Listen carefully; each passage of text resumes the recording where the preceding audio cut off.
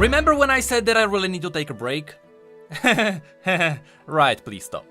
Well, anyway, yesterday Riot released a story about Yasuo. But not just any story. This story has so many references towards brothers, relationships and Yasuo's past that now the community is dreading what might become a reality. At this point, it is very much possible that Yone, or Yone, might become a champion. As a fun fact, according to the writers themselves, Yasuo actually got the most stories out of all champions. But this is the first time he actually got his own color story, with a color story being a piece of lore that shows the world from the perspective of that champion.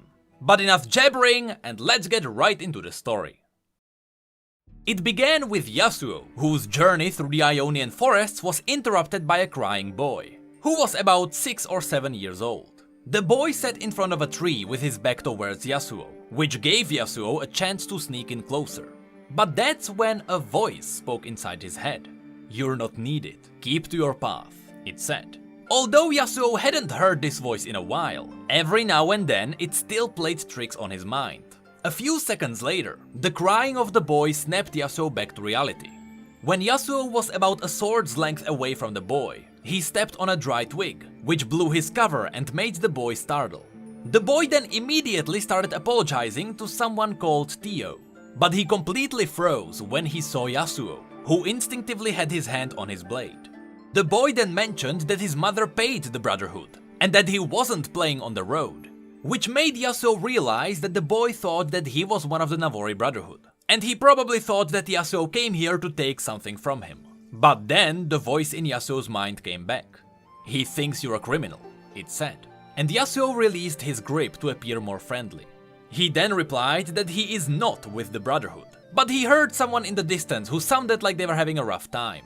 The boy wiped his wet cheek with his sleeve, trying to save his face in front of a stranger, and Yasuo asked him if he knew anyone like that.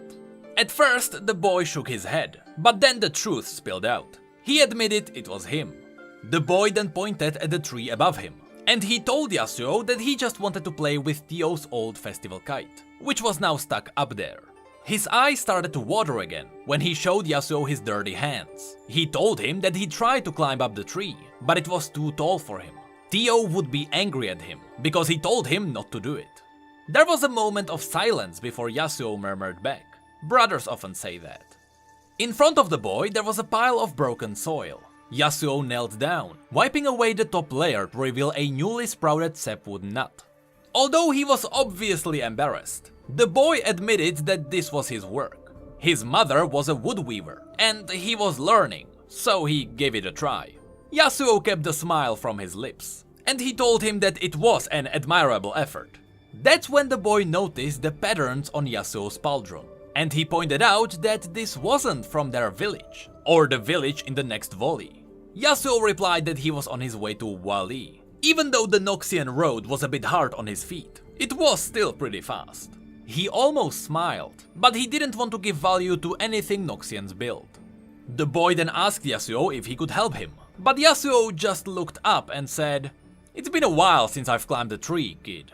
That's when the boy introduced himself as Joab. At first Yasuo was hesitant to say his own name. It's been a long time since he said it with anything but shame, but the voice inside his head nudged him as it said, "Come on, you've been called worse." This was enough to make him let the kid know that he was called Yasuo. He then stepped further away from the tree to get a better view at the kite. He then closed his eyes and tried to feel the currents of air. Moments later, a small breeze picked up, pushing Yasuo's hair from his face. Joab then started talking about how he wished he could just blow it down. To him, woodweaving felt useless. Then he also mentioned that once there was an elder who could move the wind, but he was dead now.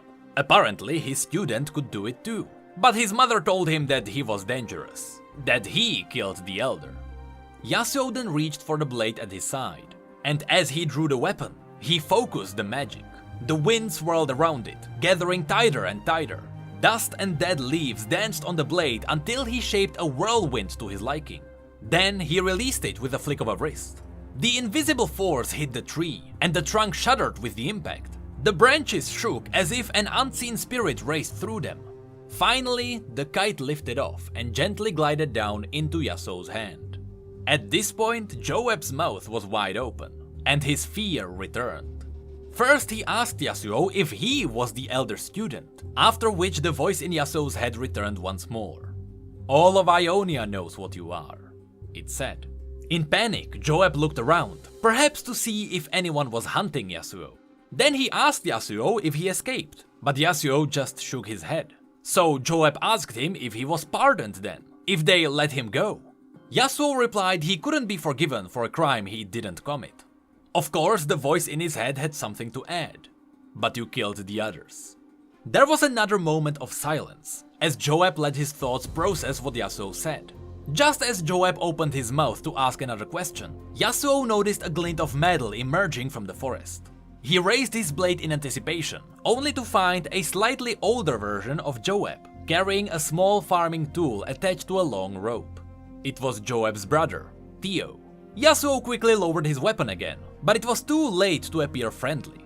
Theo was already wary and afraid. The voice returned with another line. "Too fast to react, too slow to stop." Theo just watched the two from the safety of the forest's edge. He then called out Joab's name, and Joab obediently ran to his side. But he stopped halfway when he noticed the tool in Theo's hands. Joab asked what was it for, and if he knew that he was going to take the kite. Yasuo shook his head. Of course he knew. Big brothers always know what little brothers will do. Theo told Joab that he always does the opposite of what he tells him. And then, still looking at Yasuo, he asked who is he. Joab glanced back, then leaned over and whispered into his brother's ear. Theo's eyes grew wide for a moment, then relaxed into a dismissive scowl. He replied that Mother said that it was time to eat, but Joab quickly grabbed his arm to whisper into his ear again. Yasuo tried to stop the wind from carrying the next words, to stop listening, but it was too late. "No, he can't come," Theo said. "He is Ziri." Ziri. The word caught in Yasuo's throat as the wind finally stilled around him. Ziri was something unwanted, a misfortune brought by outsiders or greed, a little pest that follows big brothers around. It was a word Yasuo heard all his life. "You're not needed, keep to your path." Yasuo steeled himself and walked to the brothers. "Listen to him, kid," he said, giving the kite to Joab. "Brothers know best." Before either of them could answer, Yasuo walked on, returning to the road ahead. So, at first glance, this story might not be that interesting, but it quickly ramps up when you realized all the references to the past stories. First of all, notice how in the story, the voice inside Yasuo's head is written in italic. It looks different from the rest of the story, and it is always written as a separate line. But at the end of the story, these italic lines were written as a part of Yasuo's thoughts. You can see that here it is part of the entire paragraph. I think this might be right, toying with the idea that Yasuo's mind is being affected by whatever this voice is. But on top of that, Wright might have intentionally mixed the lines in, so that you can't tell when it is actually Yasuo's thought and when it is the voice in his mind. I think Wright wrote these lines intentionally like this. Now, the reason why I'm talking about this is because it will be important in a second. Next, once again, it wouldn't be Yasuo's story if there wasn't a sapling. Throughout all of his stories, saplings are very important to Yasuo, because Yone gave him a sapling as a gift before everything went downhill. So when, in this story, Joab was trying to woodweave using a sapling seed, I realized that this may also be a reference to the Perennial story, where we got revealed an entire legend about two brothers, whose swords were made out of saplings, and the Ionian gods of the underworld made the two brothers fight each other. The story is a bit more complicated, but this is the TLDR version. And of course, when we learned about this legend of the two brothers, that's when people started speculating that this might be a reference to Yasuo and Yone, two brothers whose spirits might have been reincarnated from those old legends. Now next, this story also mentioned that Yasuo was going to Weli, which is a town that originally was revealed in the Z comic. That's when the Blossom Festivals were. Then of course Weli was shown again in the Perennial story, once again in reference to the Blossom Festivals. And the reason why the Blossom Festivals are so important is because during these festivals, people are able to talk to the souls of the dead. And this is where Yone can come back. If Riot gives us Yone, I don't think we are getting the Blade Master. I don't think this guy is what we are getting. But we might get some kind of a spiritual version of him. It could be a spirit, it could be a demon. We'll get to this later. But the spiritual side of Yone can come back. And the Blossom Festivals, which are supposed to be part of the massive summer festival this year, are definitely enough of a proof that this can happen. So, going back to the voice lines. The lines inside Yasuo's head could be just his own doubt. But this could also be Yone's spirit talking to him. Because you see, the masked champion, which we are supposed to know, that was shown in the roadmap, was described as a champion that can take over bodies. The two different colored eyes that this person has is supposed to indicate that the body has its own mind, but this spirit that possessed it has a mind of its own too. Specifically, this new champion was described as a consciousness, which might be just a fancy word for a spirit. And that's why visually this champion does not have to look like Yone. If Yone is a spirit that was somehow resurrected during the Blossom Festivals, then this person might look like anything. Maybe the spirit is taking over the trees. Who knows, maybe this is a wood sapling elemental. You know, because saplings are that important to Yasuo and Yone. I honestly wouldn't be surprised. After all, when it comes to new champions, Riot always tries to make them special.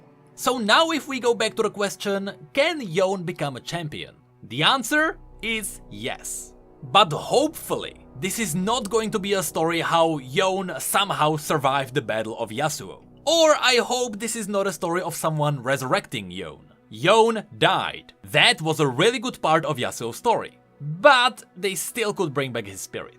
Which means that we may get another Varus-like champion. Whom, honestly, I didn't mind. I really love the idea of 3 people sharing one body. No matter what jokes you might have on Varus. His story is still pretty badass and it was very creative. But we already have quite a few champions who possess other bodies. We have Kayn and Rast, we have Aatrox, Varus is another example, and pretty much all the Voidborn might be parasites. So I wonder if Riot's plan is to actually release Yone. I wonder if they can make him unique. Now, as my closing statement, I can't believe I'm saying this, but looking back at the Perennial story, I know I joked about the possibility that Yone might be a fox-like furry, but at this point, I wouldn't mind. Hey, did you know that we have social media and Twitch where we talk about other League facts and stories? And did you know that we have neat mugs and shirts too? The links to all of that will be below. And as always, thank you, come again.